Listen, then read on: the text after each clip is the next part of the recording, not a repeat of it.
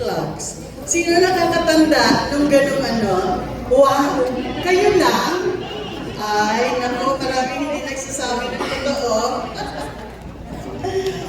At nung mga teenagers kami, syempre, pareho kami puno ng mga pangarap, parehong naghahanap ng aming mga lugar sa industriya ng pelikulang Pilipino. At doon nagsimula ang isang pagkakaibigang tumagal ng ilang dekada.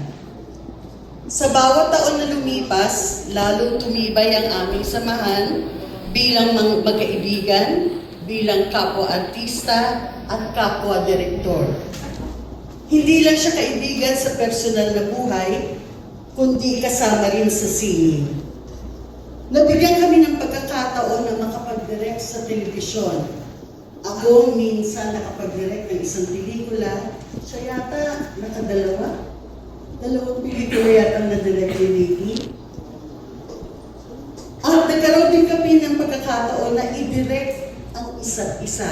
Like, siya yung director ko sa TV, tapos minsan naman, ako ang director niya. Meron kaming private joke ni Ricky. Si Ricky likes to talk about his craft.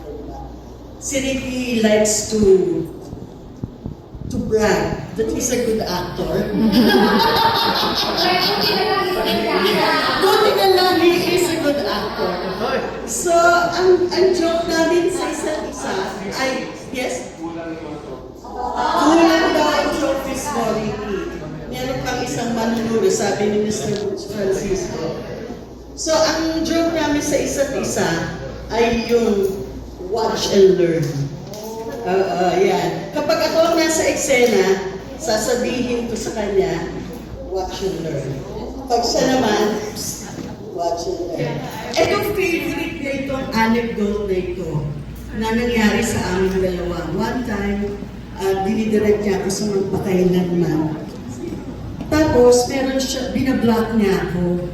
Binablock niya ako kasi supposed to be nasa presinto ako tapos magbe-breakdown ako.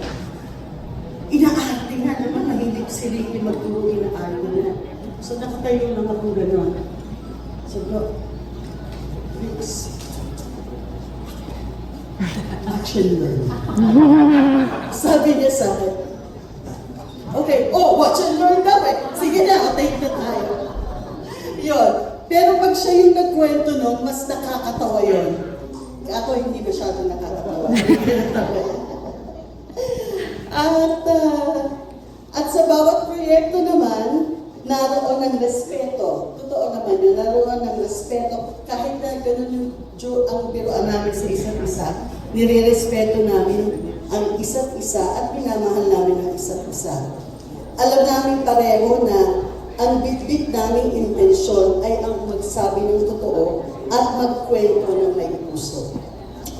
Ang huli naming proyektong pinagsamahan ay ang Monday first screening. Ka-love team ko siya doon.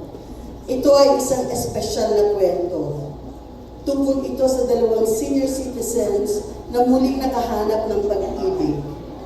Isang pelikulang nagbigay pag-asa sa mga manonood na hindi pa huli ang lahat, na may second chances, na ang pag-ibig ay maaaring matagpuan kahit sa dulo ng isang araw o ng isang buhay. At sa pelikulang yon, naramdaman namin ni Ricky na may mas malalim pa kaming naiparating. We transcended that on screen. Hindi lang kwento ng characters ang naipakita namin, kundi sa palagay ko, nagkaroon ng koneksyon kaming dalawa bilang taong totoo sa isa't isa. The audience saw that truth and they felt it and they loved it. Si Ricky ay hindi lang magaling na artista, siya ay mapagmahal na kaibigan. May malasakit sa kapwa, lalo na sa kapwa-artista. Isang taong marunong makinig, marunong umalalay, marunong magmahal sa trabaho at sa mga taong kasama niya. Ngayon, wala na siya dito sa tabi natin. Pero nananatili ang iniwan niyang alaala. Sa bawat eksenang pinagsaluhan namin, sa bawat taong na-inspire niya, sa bawat pusong pinatibok niya, mananatili siya doon. Ricky A. Perez. Salamat ha.